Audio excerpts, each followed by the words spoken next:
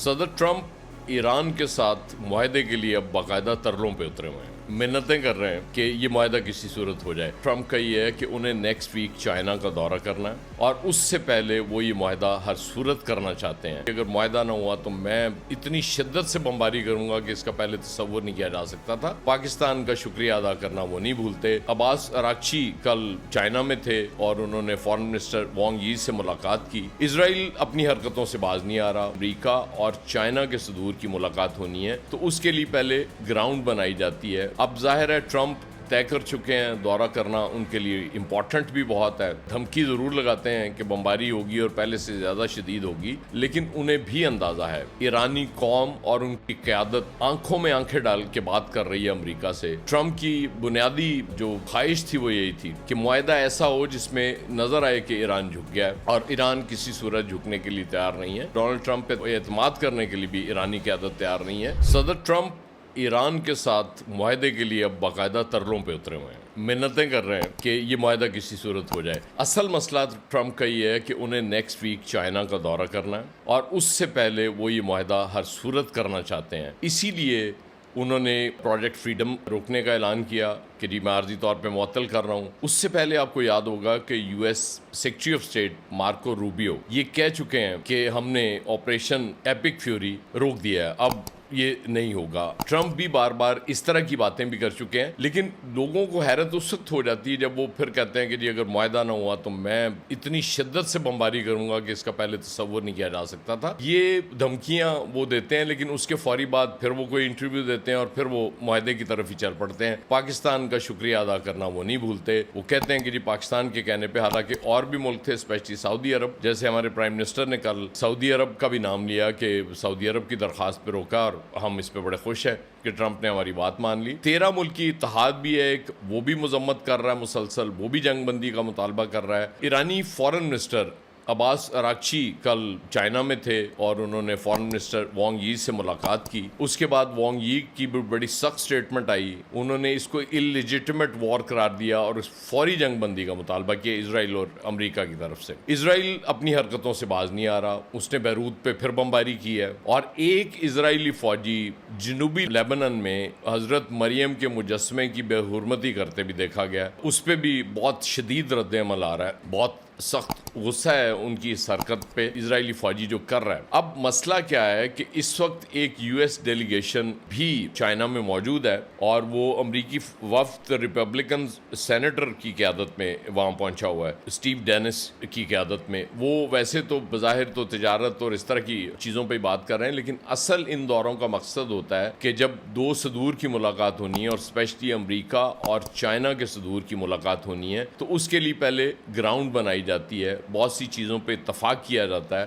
اور پھر وہ دورہ ممکن ہوتا ہے۔ اب ظاہر ہے ٹرمپ طے کر چکے ہیں، دورہ کرنا ان کے لیے امپورٹنٹ بھی بہت ہے۔ اس حوالے سے اب رولا صرف بنا ہوا ہے اس کا ایٹمی پروگرام کا۔ ٹرمپ کوئی ایسی ون ون پوزیشن، پہلے تو ان کا سٹانس بالکل کلیئر تھا کہ ایران ہمارے حوالے کرے جو یورینیم ہے، اب اس میں بھی لچک دکھائی دے رہی ہے کہ وہ اگر ایران زیر زمین سرگرمیوں سے باز آ جائے اور کہے کہ جی ہم کوئی نہیں کر رہے، یقین دہانی کرا دے، تو پھر بھی معاہدہ ہو سکتا ہے۔ اس کا مطلب ہے کہ ٹرمپ کو اب سمجھ آ گئی ہے، ان کے کارڈز تیزی سے ختم ہو رہے ہیں، شاید ختم ہو چکے ہیں، اس لیے وہ ایک آدھ دھمکی ضرور لگاتے ہیں کہ بمباری ہوگی اور پہلے سے زیادہ شدید ہوگی، لیکن انہیں بھی اندازہ ہے۔ ایران کو کریڈٹ دینا پڑے گا کہ جس طرح سے ایران کھڑا ہوا، اتنی تباہی اور بربادی کے باوجود ایرانی قوم اور ان کی قیادت آنکھوں میں آنکھیں ڈال کے بات کر رہی ہے امریکہ سے، وہ کسی صورت جھکنے کے لیے تیار نہیں ہے۔ ہمارے کچھ دانشور یہ مشورہ ضرور دیتے ہیں ایران کو کہ تباہی سے بچنا چاہیے اور کسی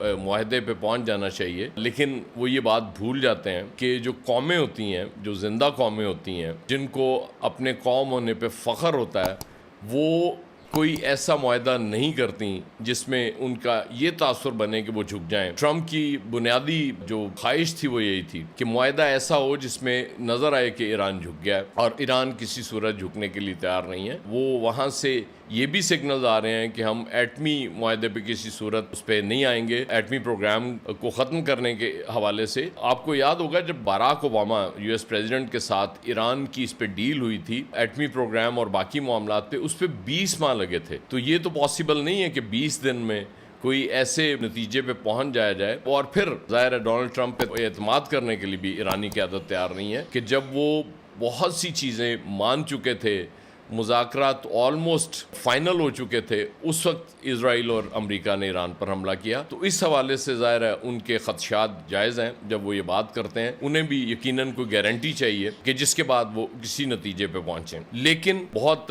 مایوسی تھی جس دن ایران نے اٹیک کر دیا تھا، اس کے بعد پھر یو اے ای پہ حملہ ہوا. لیکن وہ بھی اسٹریٹجی کا حصہ لگ رہا ہے مجھے ایران کا، کیونکہ وہ جو انہوں نے پروجیکٹ فریڈم کے تحت ایک اور ناکہ بندی شروع کی تھی، ٹرمپ کو بھی سمجھ آ گئی کہ وہ فیل ہو گیا پروجیکٹ، اس لیے وہ انہوں نے اس کو بھی معطل کیا، کیونکہ اس کا فائدہ نہیں الٹا نقصان ہو رہا تھا. اور ایران نے وہ میسج بھی کلیئر دے دیا کہ اگر آپ باز نہیں آتے تو پھر ہم آپ کو چھوڑیں گے نہیں، اٹیک کریں گے، اور آپ کی فیسلٹیز جو ہیں مڈل ایسٹ میں اسپیشلی ان کو ہم ضرور نشانہ بنائیں گے.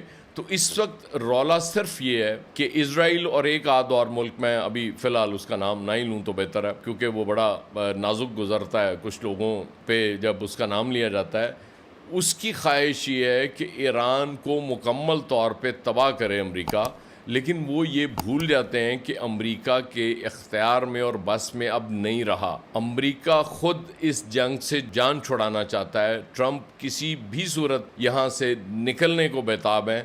صرف یہ ہے کہ ان کو کوئی ایسا بہانہ چاہیے کہ وہ آرام سے اس سے نکل سکیں، اور اپنی ریٹنگ جو بری طرح متاثر ہو گئی ہوئی ہے، کیونکہ اگر وہ اسی ریٹنگ کے ساتھ مڈ ٹرم الیکشنز میں جاتے ہیں تو ریپبلکنز کے ساتھ جو ہونے والی ہے، جو امریکی ووٹر کرنے والا ہے، وہ تصور نہیں کیا جا سکتا اس کا. اور اس کے بعد پھر ظاہر ہے ڈونلڈ ٹرمپ کو امپیچمنٹ بھی نظر آ رہی ہے. ادھر اسرائیلی پرائم منسٹر کا سیم پرابلم ہے کہ ان کی ریٹنگ بھی بری طرح متاثر ہوئی ہے، اور وہاں بھی اس سال کے آخر میں الیکشن ہونے ہیں، اور ان کو بھی لگتا ہے کہ وہ اگر کوئی کامیابی نہیں حاصل کر سکیں گے تو وہ ظاہر ہے اس الیکشن میں بھی ہاریں گے. تو بہرحال مسئلہ صرف یہ ہے کہ یہ ایک ہفتہ بہت امپورٹنٹ ہے. لوگ وہ دیتے ہوتے ہیں 24 گھنٹے بڑے امپورٹنٹ ہیں، 48 گھنٹے امپورٹنٹ ہیں. میں سمجھتا ہوں کہ یہ جب تک یو ایس پریزیڈنٹ اور چائنیز پریزیڈنٹ کی ملاقات ہونی ہے،